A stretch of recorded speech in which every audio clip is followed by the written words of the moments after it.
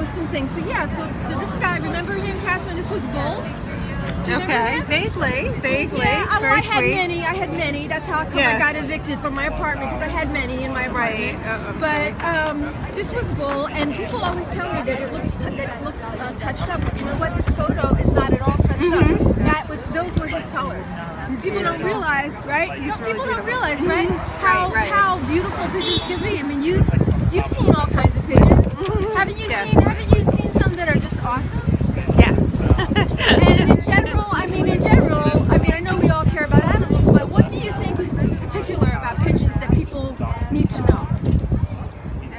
Oh, I think that people who are sort of anti-pigeon don't realize like how smart they are, how clean they are, how They love to bathe, right? They love to keep clean. If they can, they will. And it's really just being in our environment or trying to survive on the city streets particularly can be a little rough, but they figure out ways to do it, which is always amazing.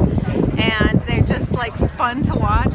Their little inter-pigeon behaviors and the flights in the sky and just they talk to each other. I don't know if you've had a chance to see how they Sorry, I know you got this. No, I feel like you're very close.